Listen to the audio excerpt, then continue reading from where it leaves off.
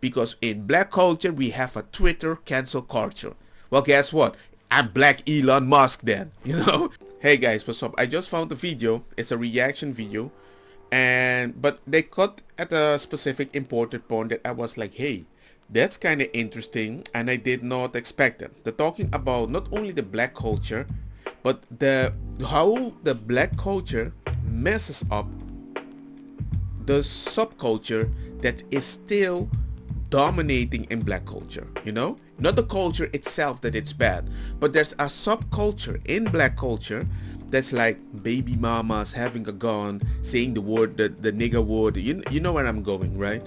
It can be, it's bad for development, socially, money-wise and everything. And I've been calling it out. There are certain things that I never wanted to do.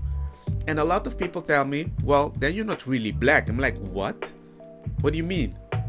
Either they go for my color, even if they go for my accent. And I'm like, you're defining being a gangster, talking in a weird way with a bounce or something. That is black culture. That's not black culture. That's a subculture that I generally hate. I mean, Chris Rock said it way better than me. I like black people, but I hate noob. In Intellectuals and Race, you cite an observation by the intelligence expert, IQ scientist James Flynn, that just stopped me cold. After the Second World War, you've got large numbers of American troops remaining in Germany. For that matter, there's still several tens of thousands there today. And both black and white American soldiers had children with German women. And Flynn discovered that those children growing up in Germany showed no IQ differences at all. So there's IQ differences in specific subculture. But hey, who am I to judge? The black kids and the white kids, the same. Professor Flynn concluded that the reason was that the offspring of black soldiers in Germany grew up in a nation with no black subculture, close quote. Which means what? Which means they experienced exactly the same expectations. Is this the... No. The expectations are external. The culture in which they grew up was not the culture in which black kids grew up in America today. Yeah. So they had... There's no gangster rap. That was pervasively available in Germany. So here's what I'm getting. There is something about black subculture in America today that holds African Americans themselves back? Yes. Yes. Because that very same subculture held whites in the South back as well. That in the time, this mental testing in the First World War turned up, among other things, the fact that whites from various 4 or 5 southern states scored lower on the mental test than blacks from 4 or 5 northern states. And so it really was a question of the subculture that was there, which was a handicap to both. Simple. I could go on for days about the social degeneration, but let me give you just one quick example. When I grew up in Harlem in the 40s and 50s, I never heard a gunshot. Now, I'm sure someone fired a gun somewhere in Harlem, but it was not such a pervasive thing that you had to hear it. You know, I have relatives in Washington. I asked them the same question, people in my generation. Growing up in Washington, D.C. Yes, and low-income black neighborhoods. Did you ever hear a gunshot when you were growing up? And the answer was no. I have relatives in North Carolina. I asked the same question. No. And now, you know, people in housing projects especially, they put kids, some of them, to bed in bathtubs so that they won't be hit by stray bullets in the night. Now we take it for granted that there's tremendous levels of crime and violence in the black community. That was not always the case. In the 20s, it was very common for white celebrities, including George Gershwin and William Faulkner, to go up to Harlem not only for entertainment places, but to go into private homes of people they knew. And Gershwin played Rhapsody in Blue in this home where Walter White lived. Milton Friedman, when he was a graduate student at Columbia, he and the lady he later married would go dancing at the Savoy Ballroom in Harlem. And he said, we had no fear of being mugged or accosted on the street or anything like that. I've heard you say, Tom, when you were a boy growing up in Harlem yourself. Let's see what changed it. Your own neighborhood felt totally safe to you. Not totally safe. I wouldn't exaggerate, but there's nothing resembling today. I mean, I did sleep on hot nights. I would sleep out on the fire escape. When I tell people in Harlem that today, they think I'm from another galaxy. Yeah. You know, but that people slept on the fire escapes in New York and in the public parks in the 30s, all over the city. Because it was not a jungle. And you could run through a great number of other things. Children raised without two parents present. And that is something that I'm going to call out. Because in the past, you could have like a normal family. In the past, there was a time I remember that as a black kid in a poor neighborhood, it was normal to joke that white people always cheat. And we were like the most consistent family. We did our thing and we cover for each other. If grandpa sees somebody fighting at a family dinner, go fight in there. Fix your stuff. Don't fight in front of the family. Don't let the kids see this stuff. It was not normal. It was not part of the culture. Baby mamas and all this stuff, well, they will help you, but you were always ashamed the rest of your life because you made a stupid decision. Because what you did is set off your kid and on a path to have a very bad negative situation. We weren't there to supposedly help everybody. We didn't normalize it, but we had welfare. That changed everything. The moment black people were like, hey, we're gonna treat you harsh for whatever decision that you make that doesn't make any sense because families stick together, we need to do this stuff, and you said, okay, well, boom, take money, free. And they are, oh, I don't need my family, bye. The moment that changed, everything changed in the dynamic, a family dynamic. That's what I realized. And it affected a huge amount of people. That's why I don't believe the idea that you can just don't care, have sex and everything. Because back in the day when you had sex with somebody without a condom, without taking it in consideration, you were ashamed big time. Now in this age, it's more like, well, you have the right to do whatever you want. Well, you can just take care of the baby. You know, there's a weird way of thinking. I'm not calling out men. I'm not calling out women. I'm just calling out that, you know what? You like to play a lottery ticket and people will celebrate it or even make a movie about it or make a video clip about it. And I'm like, why would you even do such a thing? And when I call it out, oh my God, you're a coon. And when I manage to have a stable life or everything, oh my God, well, you're different. Well, you're not really a black person. What am I? Indian?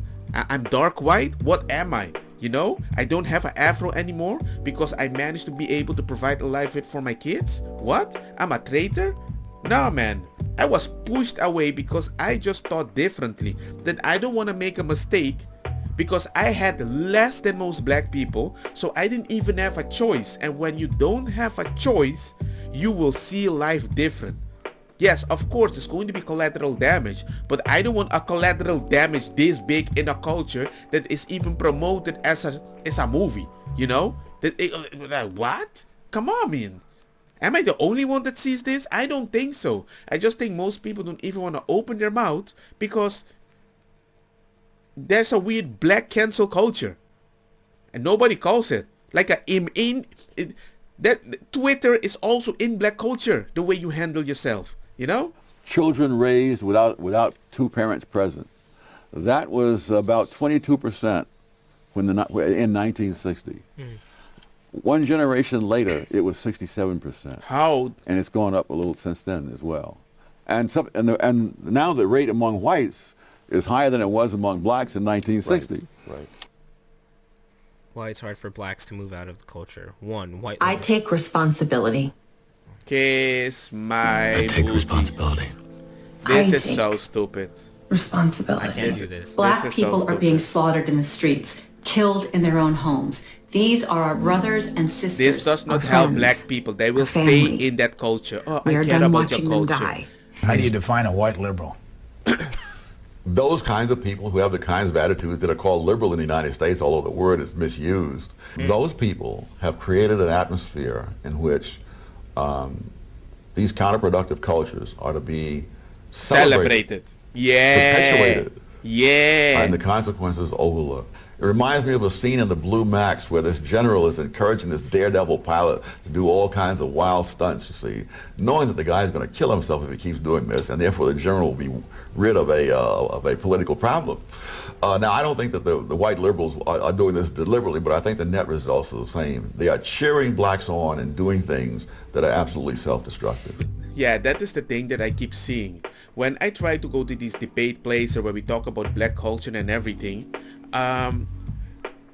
they told me that you have a right to be able to do stuff. I'm like, what do you mean? Well, kids want to be sexually active. I'm like, you're not supposed to be sexually active. It says, yeah, but you have the right to do it. Like, what? I have the right to do it? Why do you think that is so freaking important?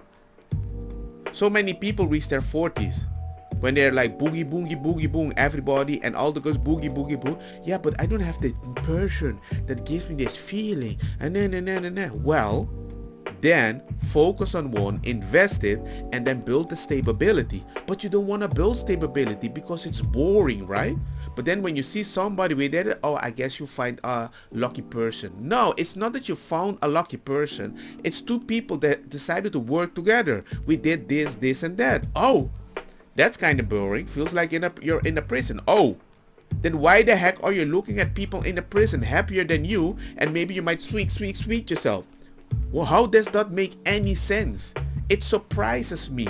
You have many examples. Most people that are happy, they don't even care about social media. They live their life. They don't have time to show you their lives, you know? And it's like, it makes sense. It makes so much sense. So when people use these weird things of these cultures, look, man, focus on yourself, build your own family, and do something about it. That's what I'm doing. Okay, people see, yeah, but sometimes you post a picture, we all know like negatives happens in the background. Everybody knows that. I'm not promoting that, but then at the same time, I'm not going to tell you my freaking troubles like Will Smith so you can have an opinion about my life, because I don't want you to meet me every time and you remind me why you don't want to be like me. I'm focused on myself to go forward so my kids can see that, hey man, whatever happens in this family, Papa made it work. Do you make it work? How can you make it work if you had funky without the condom? Because everybody pull out. Yeah, I pull out. I'm like a gangster. When I hear those stuff, I feel disgusted. Literally. I'm like, why would you even attempt the possibility to give your child such a life that you had, that you hated? No, because you decided your pleasure is more important. Your social media experience, like I'm a boss ass bitch, is more important than being a great mom. What's wrong with you? Why would you want? I'm like, dude, it doesn't compute in my head. The fact that you had a bad experience and you're like, you know what, kid, I had this bad experience so you can survive as good as me. I'm happy. Well, if that is true, then you should never talk about the negative thing in your life as the way that you're speaking. It surprises me. You know, it really surprises me. It surprises me that certain people plant a seed, right, at the wrong place, and they try watering it, and like, you know what, at least I planted the seed. I did my job. No, your job is 24/7. It's a kid. Why do Africans come from a totally different country, come here with your resource and manage to get a stable family? But then at the same time, when you compare black people from this culture, hey, you come from Africa, from a village or something like that, why do you call me stupid? The way you spoke it is as if you're comparing with the people that jump with the fat lip and everything. I'm like, dude, I didn't say that. But it's your culture. It's not Africa that made you different. It's your culture that doesn't motivate you to go forward. That doesn't motivate you to read books. That doesn't motivate you to do these things. It's your own fault. So if you have boring friends, then maybe you need a gangster father like I had in the house that forced me to read books, forced me to learn 4 languages, forced me to go to school, told him that if you have a baby, I will kick you out of the house. Would he have kicked me? I don't think so. I think he just scared me. Just like mama is beating you. Well, if you keep doing that, I will call Papa. Papa hits way harder. But Papa never hits you. It's just a warning. You need to guide your kid. It's like a game. It's like you're playing D&D character. You build your kid, and everybody, you're manipulating your kid. What do you mean I'm manipulating my kid? I have to prepare him for war, life.